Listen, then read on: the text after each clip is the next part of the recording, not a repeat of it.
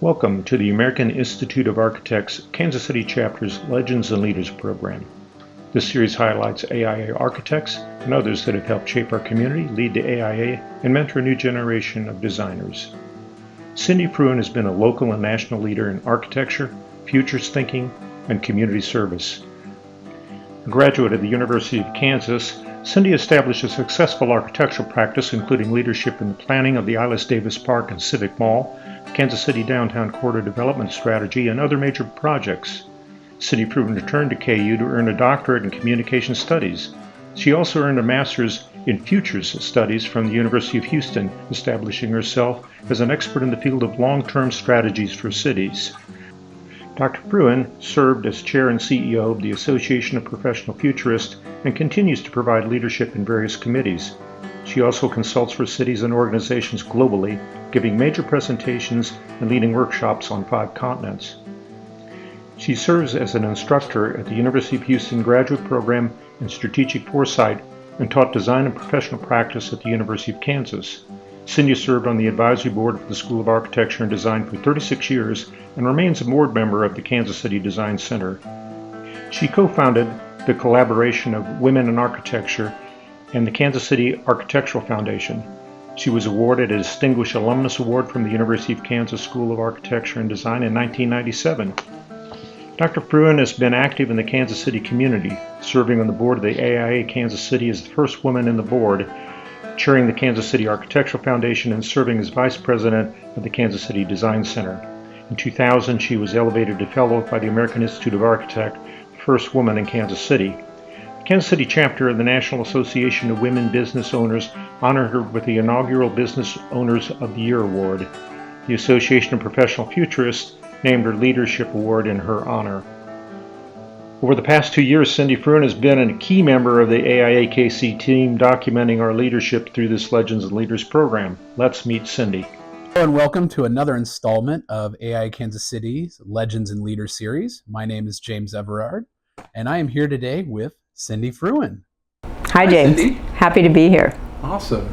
So this is a fun opportunity for us because usually I'm on the other side of the camera and you're always our wonderful interviewer. And throughout our series of interviews with fellows and other prominent AIA Kansas City members, you have been on our list but have been on the other chair. So now shoes on the other foot and we get the opportunity to talk with you. Oh, I'm really looking forward to that. Yes, so am I. It's going to be a good time. So like always with our questions about the series, so how did you get your beginnings to become an architect? What was your early interest in architecture? So my start to become an architect, to decide to become an architect, is a little different than the normal Lego story. I was a really good drawer, although I didn't do Legos, but we did different kinds of building blocks back in the day, the Lincoln Logs and such. But what I found out was when my brother suddenly died. I was 15, and I realized how fragile life was, and that you needed to spend it well. You needed to know what you were doing and have a purpose. And so within a week, I went and took a career aptitudes test from the counselor at Center High School here in town. And it came up that I should be an architect or a farmer. I guess both of them are very generalist and sort of making the world a better place and a whole lot of different skills, but farming sounded a little intimidating to me. 365 days a year at 4 a.m. in the morning sounded brutal. So I was very interested in architecture. My parents had built their house. It was just a raised ranch in the 1960s, but then I was there at the opening of the St. Louis Gateway Arch, and so there was some moments where architecture interfaced with me, and I loved the idea of working on bridges and cathedrals. I learned way later that we don't work on bridges, but it would have been civil engineering. But anyway, it was a big decision for me, and I kind of pursued it with a passion ever since. So what led you into your education as an architect? What were those steps? Kansas University was close. The benefit was my dad had just gotten a doctorate of education there. And they were public school teachers. Education was the family business, and the Missouri tuition reciprocity was in effect. So we could get in-state tuition even though we lived in Kansas City, Missouri. And so it had a lot of things that made sense. It was close, it was a good price, and it was a good school. So I went there and I was very happy with that decision. So Kansas University, I started in second year because I'd had a first year here at Longview College and when I was in high school. And so there was a number of us did that. Earl Santee and Kurt Gastinger, I think both did that perhaps. I know Earl did. And so we met at that point too. At any rate, I started in second year. Well, I landed in there in my, halter top and platform shoes in the early 70s and was a fish out of water. It was almost entirely men in my class. All my professors were men. And I was this little kid. Some of them had gone to Vietnam, and so they were older too. But lucky for me, a group of us really bonded, and we started doing traveling together. We went to the AIAS, they called them the AIA student conferences in Chicago and in Tempe, Arizona, and Columbus, Indiana. And so I hadn't traveled much before that, so I got to see some of the country and see what good architecture really looked like. So my first and my last professors were kind of headaches for me. But I had Ken Wilson, I had Gaylord Richardson, Langston Trigg, Tom McCoy. These guys were brilliant. They were ahead of their time in terms of sustainability. And so I had really good influences there. I think my college career was a lot of fun. So from graduating, what were the next steps of where you wanted to practice and how did that journey, where did you go? I thought I would initially end up in Kansas City. There were no jobs listed. Just somebody, one guy was advertising that he'd work for free for internship hours. We had to get 3 years of internship before we could take any of the tests to get licensed. And I said, well, I can't do that. And I happened to see this article in the Wall Street Journal that said that they needed architects in Montana. There was a shortage, and so I just loaded up and went right up there. And within a day had a job in a small town and stayed there a couple of months. But I went to Missoula, Montana worked for a guy named Al Mulkey. And he did design build, and he did public work, and he did, commercial projects. I worked on a medical office building initially and a whole lot of other things while I was there. So it was a great experience, kind of a golden time, because it's nice to be somewhere where you're really wanted, where you're short on architects. They just really treat you like your royalty and listen to you. And when I came back to Kansas City, it was a little different. I only stayed up there for 3 years, but came back here, and there was still an excess of architects. And so once again, it was difficult getting a job.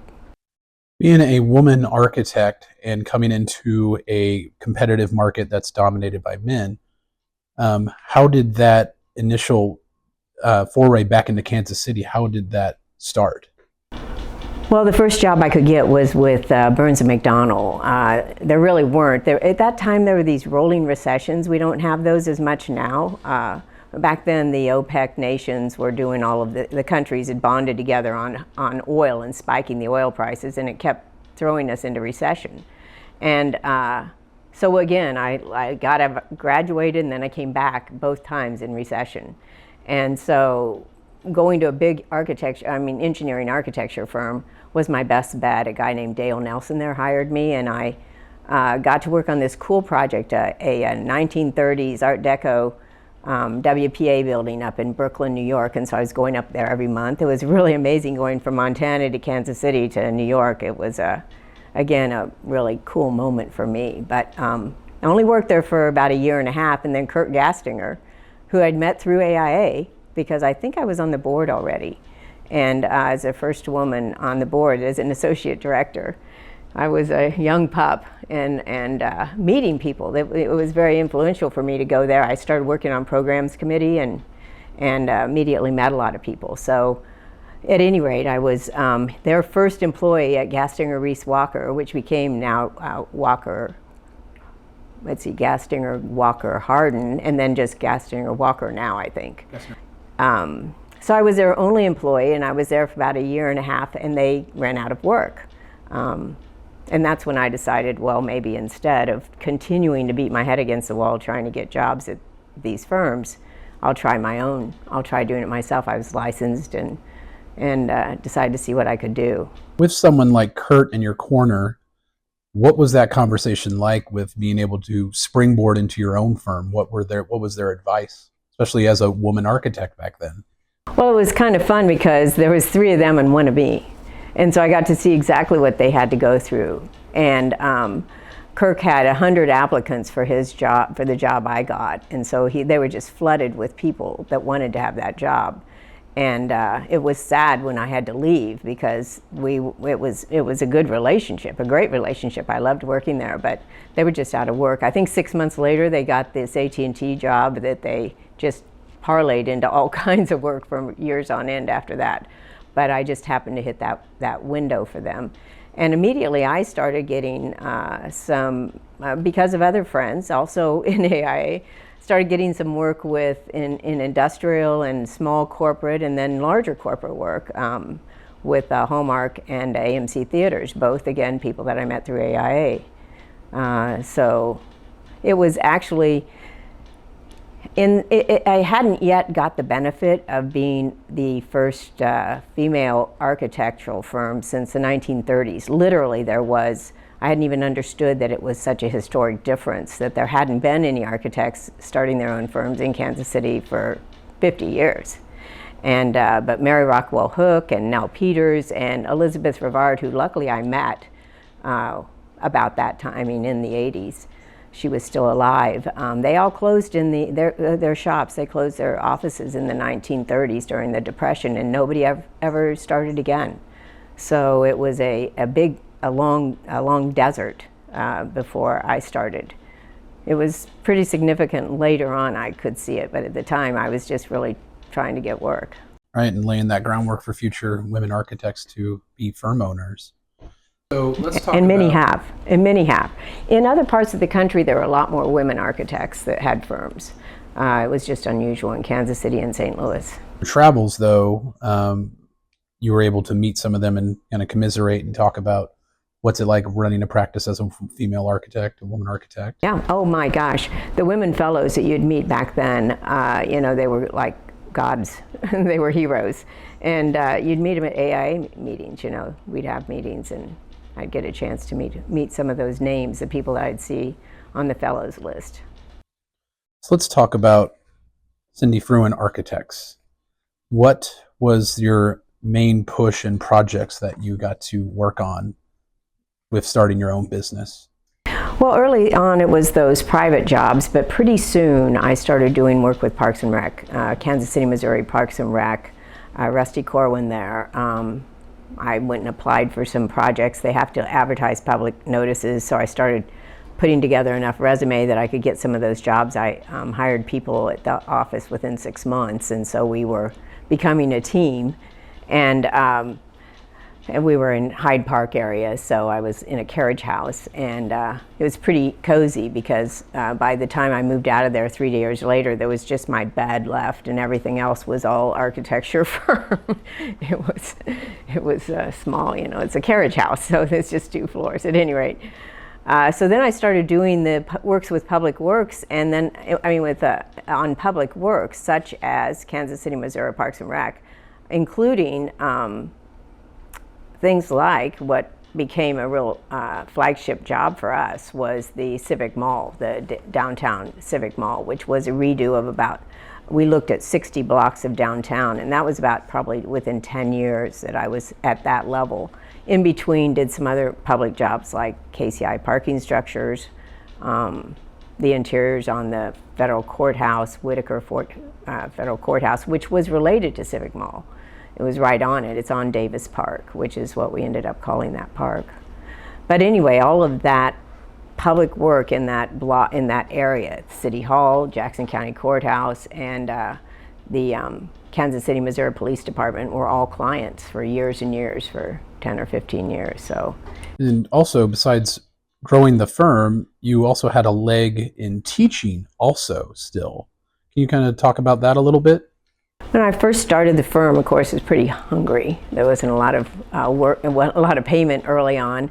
You just fund it yourself until things get going. And So I also started teaching over at KU. Max Lucas was the dean at the time, and so I started teaching second year design studio along with Kent Spreckelmeyer, who we've talked with, and a couple of others that I think Glenn Leroy was the second year design studio at that time too. We had this stellar group of second year design studio people. Then we were all pretty much pups still.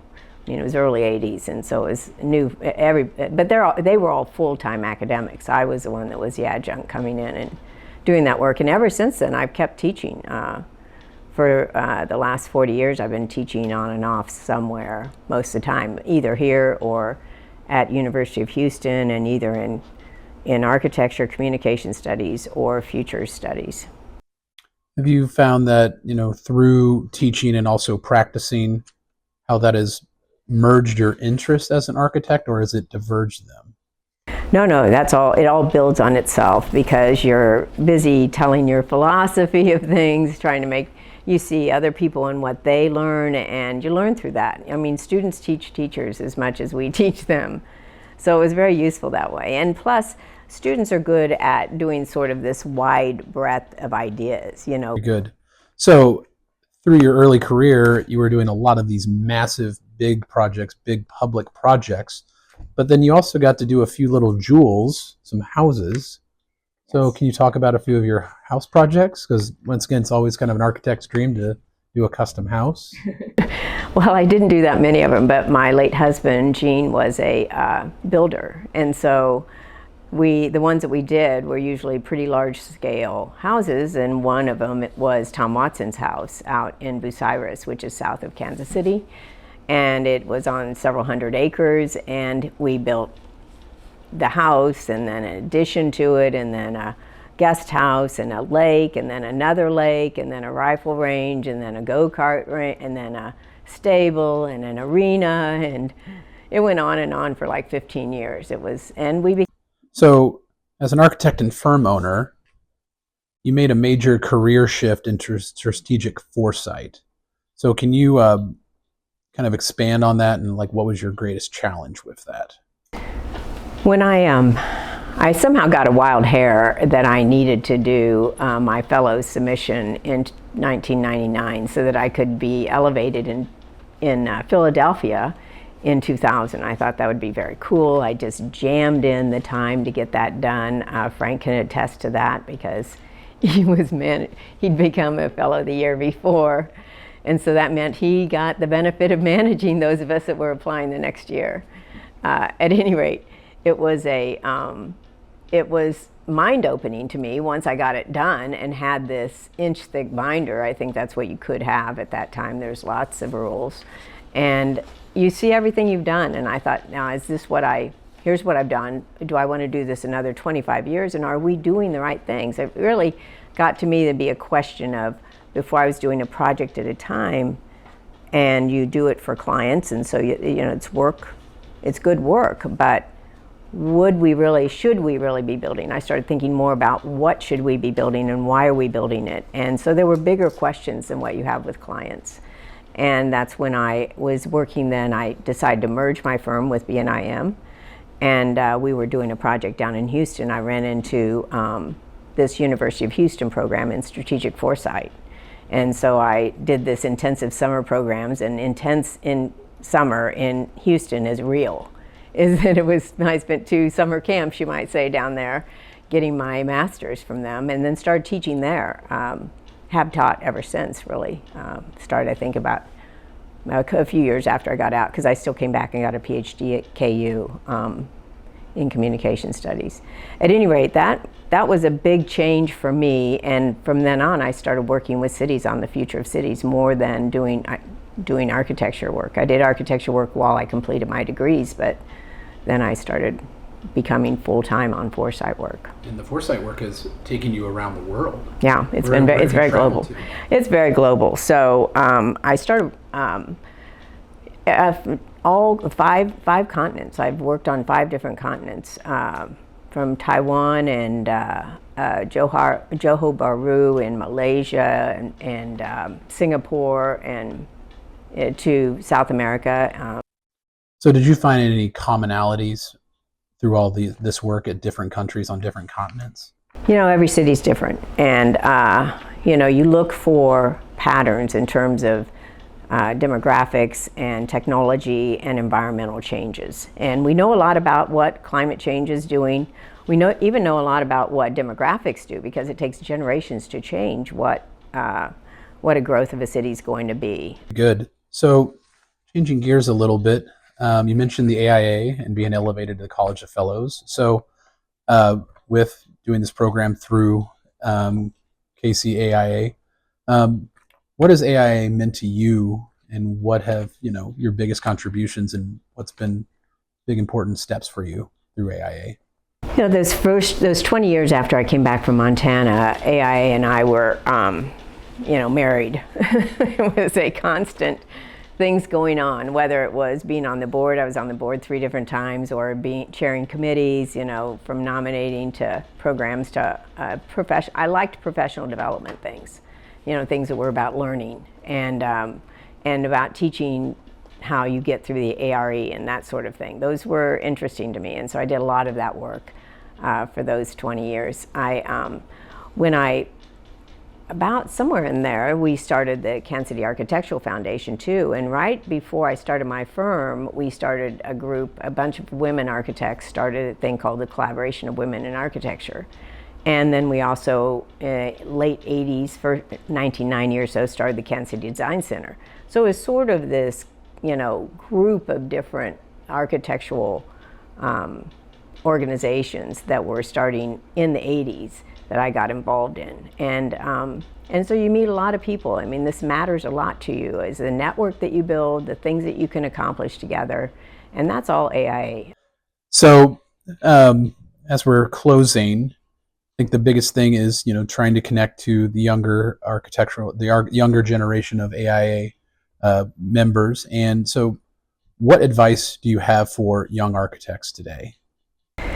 Well, James, I thought about this a lot, and I'm not going to remember any of the things I thought about because I'm sure they were just brilliant, but I'm going to have to say what comes to my mind is that I remember, it was in the Kansas City Star, so that's why it sticks with me, is that they asked for a quote or something. I said, trust yourself.